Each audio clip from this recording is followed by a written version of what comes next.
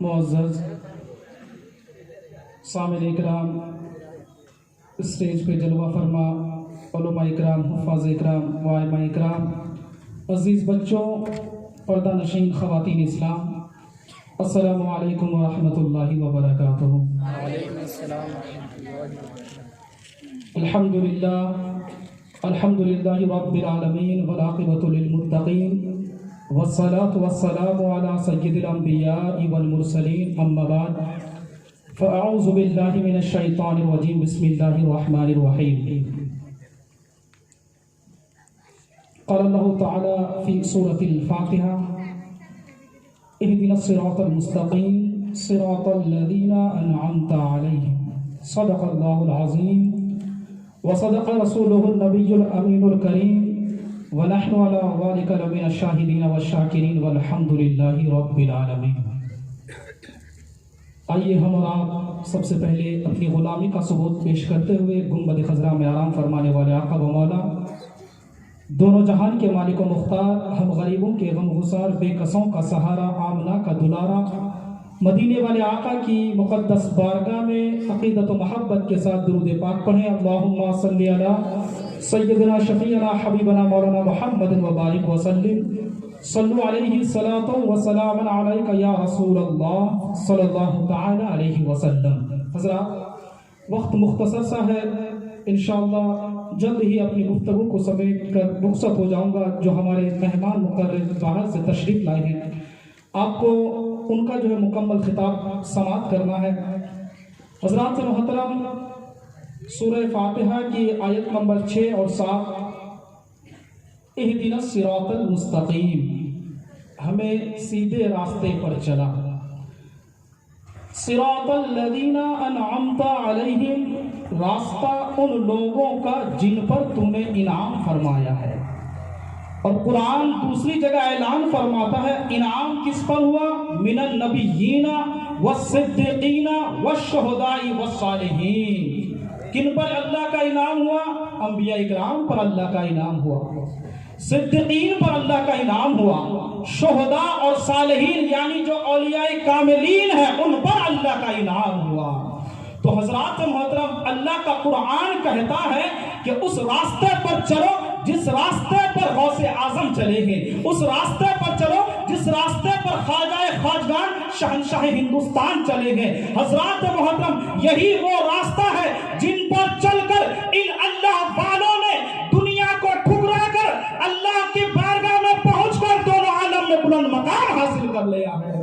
تو حضرات محترم، انہی لوگوں کے راستے پر اللہ فرماتا ہے کہ انہی لوگوں کے راستے پر چلو۔ حضرات محترم، لیکن کچھ باتیں ایسی ہیں، کچھ لوگ جب ہم کسی اللہ کے ولی کی بارگاہ میں جاتے ہیں تو اعتراض کرتے ہیں کہ اللہ تعالیٰ سننے والا ہے، دیکھنے والا ہے۔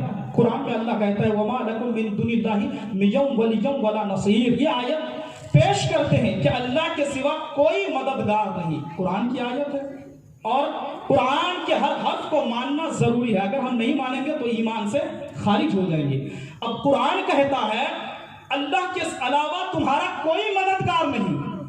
اب لوگوں کے سامنے آیت پیش کرتے، دیکھو اللہ کا قرآن تو کہتا ہے کہ اللہ کے سوا کوئی مددگار نہیں، لیکن تم مدد مانگنے کے لیے کبھی اجمیر جاتے ہو، کبھی گلبرگہ جاتے ہو، کبھی ممبئی جاتے ہو، سفر کرتے ہو، لیکن اللہ کا قرآن کہتا ہے کہ اللہ کے سوا کوئی مددگار نہیں۔ تو حضرات محترم، آئیے ہم ان کو بتا دیں کہ پھر ان آیتوں کا کیا ہوگا جن آیتوں میں اللہ نے خود فرمایا کہ جو میرے نیک بندے ہیں یہ بھی میری عطا سے مدد کر سکتے ہیں۔ اب اللہ کا قرآن کہتا ہے انما ولیکم، اب آپ قرآن سنیے، انما ولیکم، آگے قرآن کی آیت انما ولیکم ورسولہ والذین آمنوا الذین یقیمون الصلاۃ ویؤتون الزکاۃ وہم راکعون۔ بے شک اللہ تمہارا مددگار، اللہ کا رسول بھی مددگار۔ کیا کہتا ہے قرآن؟ صرف قرآن، اللہ کا قرآن یہ نہیں کہتا کہ صرف میں مددگار ہوں، بلکہ اللہ قرآن میں فرماتا ہے بے شک اللہ تمہارا مددگار ہے، اللہ کا رسول بھی مددگار ہے، اور وہ لوگ مددگار ہیں جو نماز قائم کرتے ہیں، زکوٰۃ ادا کرتے ہیں۔ پتہ چلا اللہ کے حکم سے اللہ کے رسول بھی مددگار ہے اور جو متقی بندے ہیں وہ بھی مددگار اور اللہ دوسری جگہ خود ارشاد فرماتا ہے فَإِنَّ اللَّهَ هُوَ مَوْلَاهُ وَجِبْرِيلُ وَصَالِحُ الْمُؤْمِنِينَ وَالْمَلَائِكَةُ بَعْدَ ذَلِكَ ظَهِيرٌ. اللہ کا قرآن کہتا ہے بے شک اللہ اس کا مددگار اور جبرائیل بھی مددگار وہ اور صالحین اور جو نیک انسان ہیں وہ بھی مددگار ہے. پتا چلا قرآن جو کہتا ہے کہ اللہ کے سوا کوئی مددگار نہیں تو مددگار جو حقیقی مدد کرنے والا ہے وہ اللہ کی ذات ہے.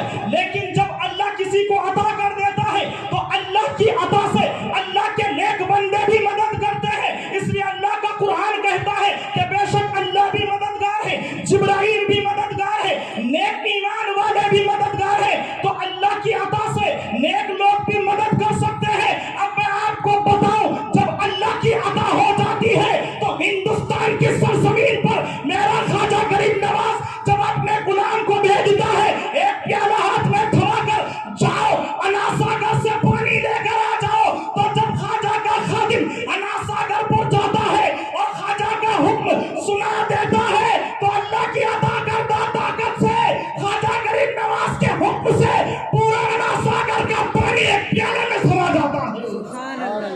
یہ ہے اللہ کی عطا کردہ طاقت. لوگ کہتے ہیں مدد نہیں کر سکتے, اللہ کا قرآن کہتا ہے کہ اللہ کے عطا سے اللہ کے نیک بندے بھی مدد کر سکتے ہیں. دیکھیں اللہ کی جب عطا ہو جاتی ہے تو خواجہ غریب نواز بھی مدد فرماتے ہیں. اور حضرات محترم لوگ یہ بھی کہتے ہیں کہ تم کبھی طبیعت کسی کی خراب ہو جاتی ہے, شفا مانگنے کے لیے کسی بارگاہ میں جاتے ہو, شفا دینے والی ذات تو اللہ کی ذات ہے, لیکن اللہ کا قرآن کہتا ہے حضرت عیسیٰ علیہ السلام کی شان کو قرآن نے بیان فرمایا وَأُبْرِئُ الْأَكْمَحَ وَالْأَبْرَصَ وَأُحْيِي الْمَوْتَى بِإِذْنِ اللَّهِ. کہ سبحان اللہ. حضرت عیسیٰ علیہ السلام فرماتے ہیں کہ میں جو مادر ذات اندھے ہیں یعنی جو ماں کے پیٹ سے اندھے پیدا ہوتے ہیں ان کو بینائی عطا کرتا ہوں.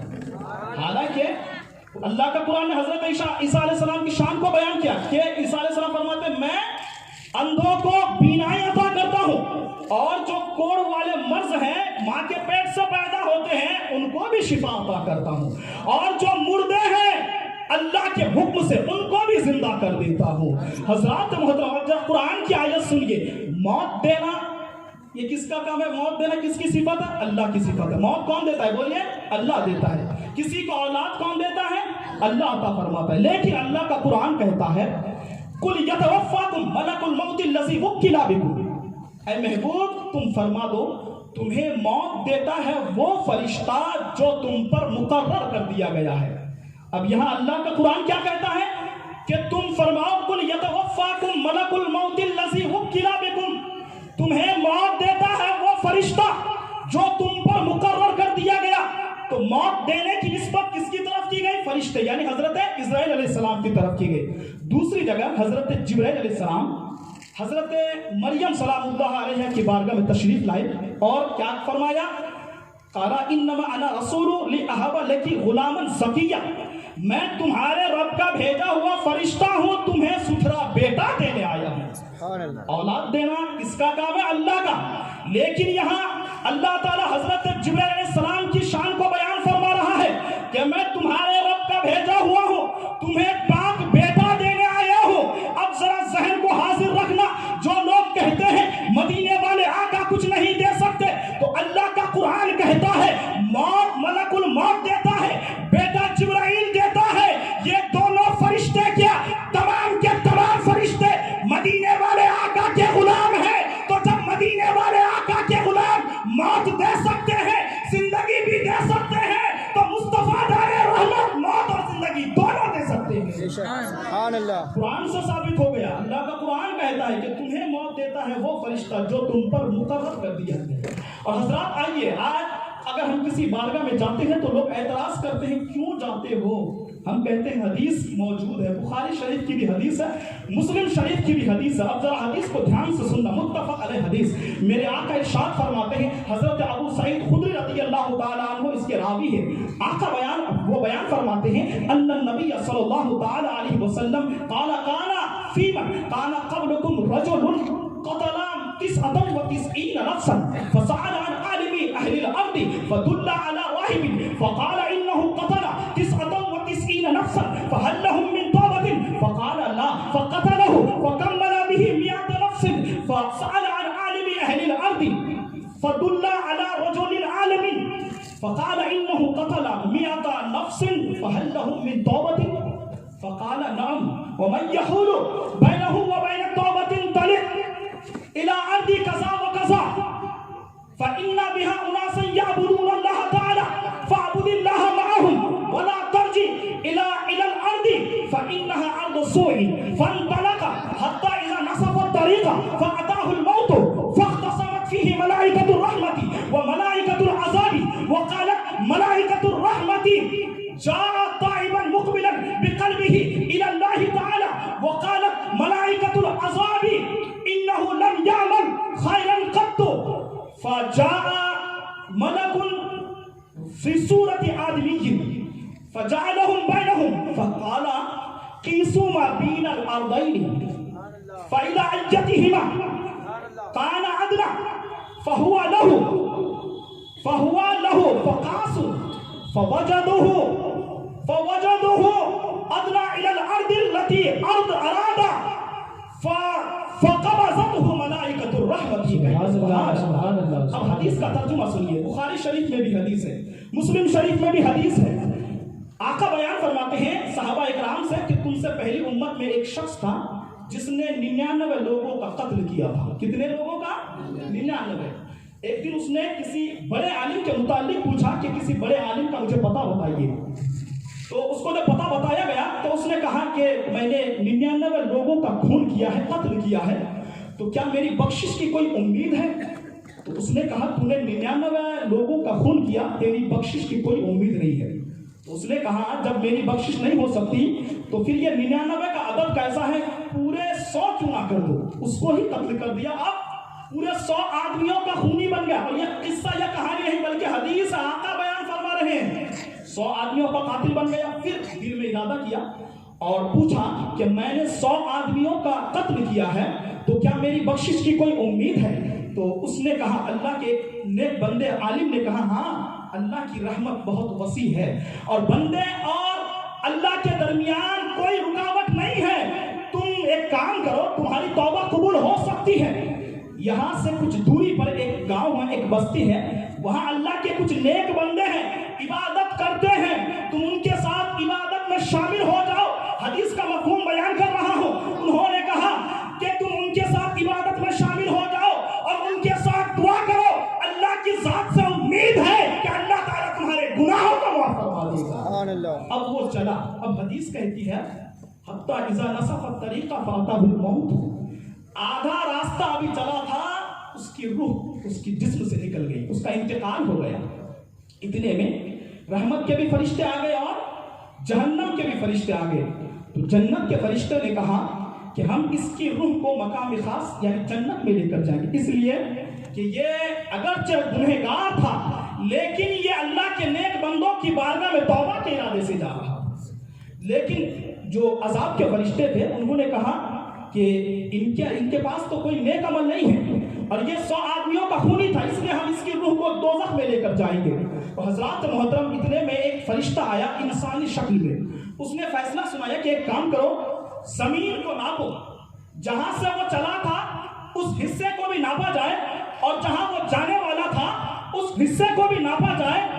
دونوں کے درمیان سے زمین کو ناپا جائے اور جہاں سے وہ قریب ہوگا, آپ لوگوں کی توجہ چاہتا ہوں, جہاں سے وہ قریب ہو اے فرشتوں, اگر وہ اپنے جہاں سے چلا تھا وہاں سے قریب ہو تو جہنم کے فرشتوں اس کو جہنم میں لے کر جانا. لیکن وہ جا رہا تھا اللہ کے نیک بندوں کی بارگاہ میں, تو اگر یہ زمین کم ہو اور یہاں سے قریب ہو تو اے فرشتوں, جنت کے فرشتوں اس کو جنت میں لے کر جانا.